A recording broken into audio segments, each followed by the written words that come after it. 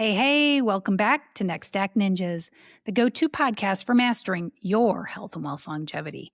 I'm your host, Rachael Van Pelt. And today, I want to ask you a question that I think most people avoid, even the ones who pride themselves on being planners. How long do you really plan to live there? Not in some vague philosophical sense. I mean, right there in the home you're living in now. If you're like most adults over 50, you've probably told yourself, I'm not moving again. Maybe you've even said the words, this is my forever home. But here's the thing. Our biology did not get the memo. Because while our life expectancy has climbed dramatically over the past century, from about 48 years in 1900 to over 79 today, our health span hasn't quite kept pace. On average, Americans spend the last 10 years of life living with some form of limitation, whether that's reduced mobility, balance, cognition, or chronic disease. 10 years. That's an entire decade where our bodies and often our homes start to work against us. The truth is, most people don't live in their homes as long as they think they will. Not because they don't love them, but because their homes eventually stop loving them back. That's what we're going to unpack today. We're going to look at the gap between how long you plan to live there and how long your body and environment will actually allow you to. Oh, and by the way, this episode ties directly into my upcoming online workshop, Rightsize Without Regret, where I go deeper into how to unlock your home equity and design your next act with confidence. If you have ever wondered whether your home is going to fit you in the future, that workshop will give you a clear, data-driven answer. You can register at rightsizeretirement.com and grab a free copy of my guide, Rethinking Retirement, while you're at it. But let's get honest about the myth of the forever home. Most of us fall in love with a house during a very specific season of life. Maybe it's the home where you raised your kids, the yard where you hosted barbecues, where you planted your roses or built that garden box you never quite kept up with. Maybe it's where you finally built the kitchen of your dreams. Our homes are containers for our stories, aren't they? They're the emotional architecture of our lives. So when we say I'm not moving again, what we're really saying is, I can't imagine my life without this version of me. But that version of you, the one who can climb stairs without thinking, reach that top cabinet, shovel snow, maintain a yard that looks like a mini arboretum, that version of you is not guaranteed to stick around forever. In fact, after age 50, adults lose muscle mass at a rate of about 1% per year. By 70, that accelerates to 2 to 3% per year, unless we are actively strength training. Now, that might not sound like very much. Compound that over 20 years, and you've lost nearly a third of your baseline strength. That is the difference between being able to quickly hop up the stairs in seconds versus having to slowly climb step by step while gripping the railing for dear life. And in many cases, not getting up the stairs at all. Your reaction time also slows by about 15 to 20% over that same time period. Your depth perception and balance decline. Your vision adjusts more slowly to changes in light, like when you walk from a bright kitchen into a dim hallway. And all of that means that a house that felt perfectly easy when you were 55 can become a daily obstacle course when you're 75. And yet, most people don't plan for that, do they? They just assume they're going to adapt until one day, adaptation turns into avoidance. One floor becomes off limits. One room becomes unused.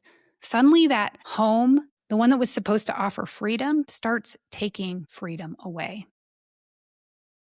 In my research days, we used to talk about something called functional threshold. That's the invisible line where everyday tasks go from being effortless to effortful. When you hit that threshold, when stairs, bathing, or even yard work start demanding recovery time, you don't just lose physical capability, you lose confidence. And loss of confidence accelerates age-related declines faster than any biomarker I've ever measured. So the question becomes, if your body's timeline is so predictable, why wouldn't you be proactive when it comes to strategizing your lifestyle? That's what the right size philosophy is all about. It's not about downsizing, it's about optimizing your lifestyle and your environment to fit the person that you're becoming.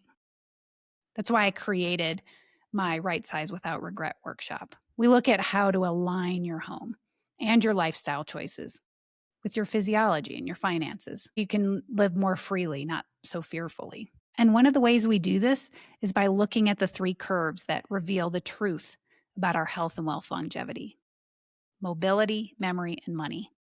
These three curves all peak around midlife. Then they start to diverge. Your mobility curve declines first due to loss of strength, endurance, and joint function. Your cognitive curve tends to lag maybe 5 to 10 years behind that, but it declines fast. Memory, processing speed, and adaptability all begin to taper.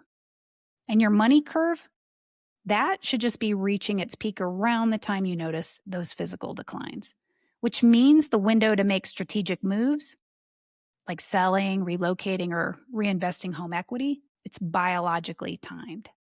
In other words, you have a short window where health and wealth are aligned. Your net worth is peaking while your health is just starting to decline.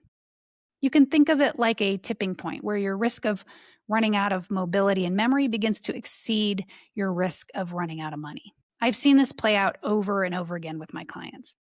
One couple in their late 60s told me, "Yeah, we'll probably downsize when we turn 75." But already by the age of 72, one had developed heart issues, the other severe arthritis. So just the thought of sorting, packing, showing the house, it became overwhelming. So they stayed put.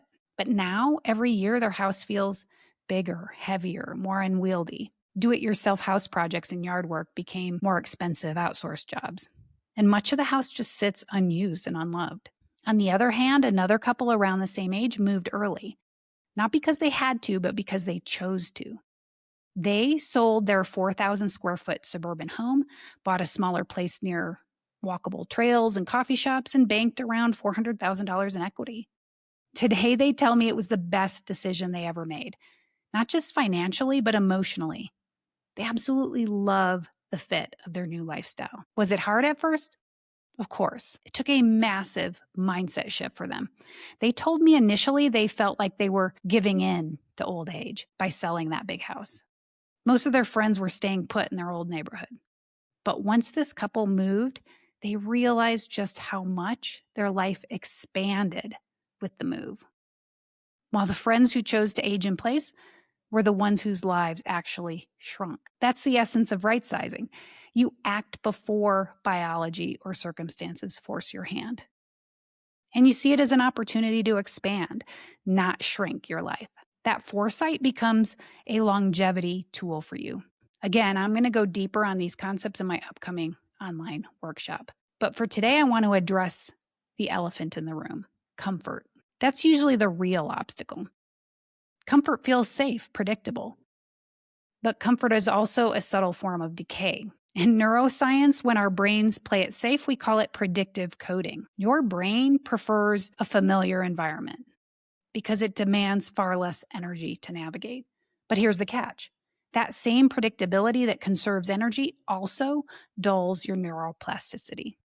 In other words, staying too comfortable reduces the ability of your brain to remain flexible, adaptable, and that in turn accelerates cognitive decline. Novelty, on the other hand, maintains your brain's neuroplasticity. New places, new routines, new community simply keeps your brain younger. Change literally wakes up your hippocampus, the part of the brain responsible for learning and memory. So if you've been telling yourself, "I'll move when I have to," remember this: moving now while you still can isn't an inconvenience. It's neuroprotective. It stimulates your brain, your body, and your sense of agency. And that agency, that sense of "I can still shape my life," is the psychological cornerstone of longevity. Because aging well isn't just about eating your veggies or doing your squats. It's about continually reestablishing autonomy. And sometimes that means letting go of comfort in exchange for growth. When I walk clients through their right-sizing journey, I often say, the goal isn't to shrink your life, it's to re-expand it in a new direction. Your next act might look simplified on the surface, smaller home, fewer possessions. But in reality, it's built around a bigger purpose, more connections, or more adventure. You aren't going backward to your poor student college days. You're expanding into a beautiful, perfectly tailored lifestyle. And there's even more science behind this. Studies from the National Institute on Aging show that adults who proactively plan lifestyle transitions, whether that's relocating, community engagement, or retirement timing, they have 25 to 40% lower levels of stress hormone cortisol than those who wait until circumstances force a decision. That lower cortisol leads to better sleep, which in turn improves immune function and slows memory loss. That's a fantastic return on investment. It's what we call a longevity dividend. You actually enjoy a massive physiological payoff for proactive planning. So, when you hear me talk about future proofing your lifestyle, I'm not being metaphorical. I mean literally influencing your biology by aligning your environment with your energy, your mindset, and your mission. It's exactly why I teach people how to right size. I want you to know how to calculate your home's hidden potential, not just in dollars, but in quality of life. How to transform equity into optionality, how to design your physical space around the version of you that's still growing, still curious, still vibrant. And here's something else that might surprise you. 90% of adults say they want to age in place, but less than 30% of homes are designed to accommodate that. That's a massive mismatch. And it's not just because homes are missing grab bars or ramps. It's about fit. Emotional and environmental fit means your home supports your rhythm of life, where light, space, access, and community keep you moving, interacting, and inspired.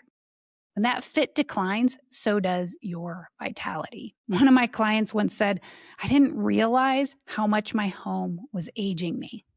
She lived in a beautiful community in the foothills, but it was isolated. She was surrounded by nature, but she was far from family and the conveniences of town. She found it particularly isolating in the winter. But when she moved into a walkable townhome that was near a Pilates studio and a cute cafe, she noticed her energy shift. She walked more, she met more people, she felt more alive again. And that's the point, isn't it? Right-sizing isn't about surrender, it's about freedom. A freedom that doesn't come with having lots of space, but from owning the right space in the right place. So my challenge for you today is just to picture yourself 10 or 15 years from now.